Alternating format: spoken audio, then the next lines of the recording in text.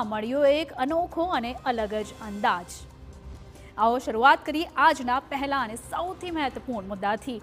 મેઘરાજાએ રાજ્યમાં કરી છે ધમાકેદાર પધરામણી અને જૂનના અંતિમ દિવસોમાં મેઘરાજાએ પ્રચંડ મેઘગર્જના સાથે પોતાની ધોધમાર કૃપા વરસાવવાનું શરૂ કર્યું છે। છેલ્લા 24 કલાકમાં રાજ્યના મોટાભાગના વિસ્તારોમાં વરસાદ પડ્યો અને હજુ પણ આગામી 5 દિવસ આવી જ આકાશી મોજ યથાવત રહે તેવી હવામાન વિભાગની આગાહી છે।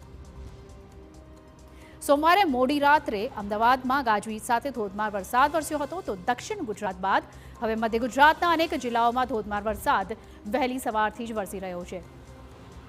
સવારે 6 વાગ્યાથી 8 વાગ્યા સુધીમાં કુલ 52 તાલુકામાં વરસાદ નોંધાયો છે, જેમાં વડોદરા અને પંચમહાલ જિલ્લામાં સૌથી વધુ વરસાદ નોંધાયો છે।